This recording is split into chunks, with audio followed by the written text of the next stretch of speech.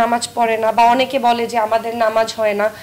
আমার কথা হচ্ছে যে ভাই, পড়তেছি তো, আল্লাহকে ভয় পাচ্ছি তো, ডাকতেছি তো মন থেকে, আপনারা সেটা কইরা দেখান।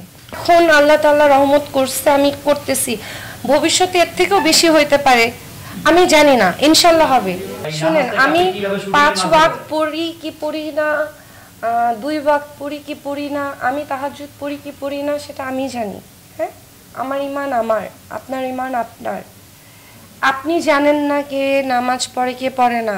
বাংলাদেশের যে সব থেকে বড় ভিলেন নিশা সওদাগর, সে নিজে 5 ওয়াক্ত নামাজ পড়ে, সে তাহাজ্জুদ নামাজ পড়ে। বাংলাদেশের সব থেকে পুরাতন মাঠ ধরে নিয়ে আসেন ডলি জহুর, সে 5 ওয়াক্ত নামাজ পড়ে, তাহাজ্জুদ পড়ে। আপনাদেরকে কে বলছে নামাজ পড়ে না?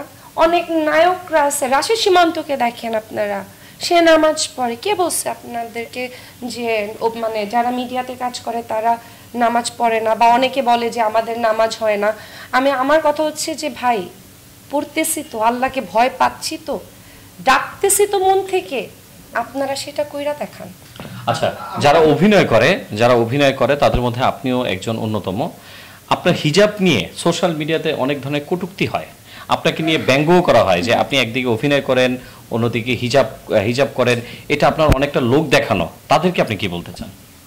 তাদের যদি মনে হয় আমি লোক দেখানোর জন্য হিজাব করি, তাহলে আপনারাও লোক দেখানোর জন্য হিজাব করেন।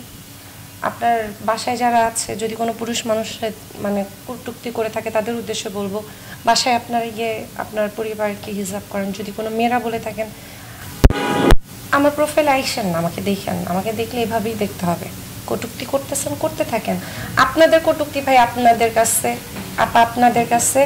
আমি আমার লাইফে উইথ হিজাব মাশাআল্লাহ বেশ ভালো আছি। আমার কাপড় নিয়ে কে কি বললো না বললো আমার কিচ্ছু যায় আসে না। আপনাদের যদি একটু আবেগী কিছু দেখতে হয়, তাহলে অনেকের প্রোফাইল আছে, আপনারা প্লিজ ওইখানে যান, ওইখানে গিয়ে আপনাদের সুন্দর সুন্দর মন্তব্য করুন। শুধু শুধু আমার হিজাব নিয়ে আপনাদের এত কটূক্তি না করলেও চলবে।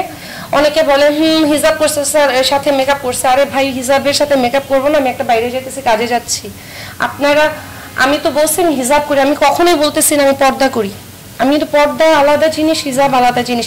আমার এতটুকু এখন আল্লাহ তাআলা রহমত করছে, আমি করতেছি, ভবিষ্যতে এর থেকেও বেশি হইতে পারে, আমি জানি না, ইনশাল্লাহ হবে। হয়তোবা আল্লাহ মাফ করুক, যদি না হয় সেক্ষেত্রে আমি আসলে জানি না, কিন্তু না হওয়ার সম্ভাবনা কম।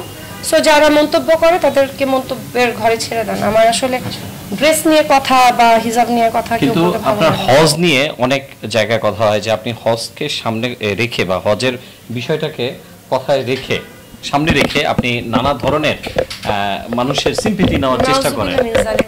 কার সিম্পথি নিছি আমি? দর্শকদের। কার?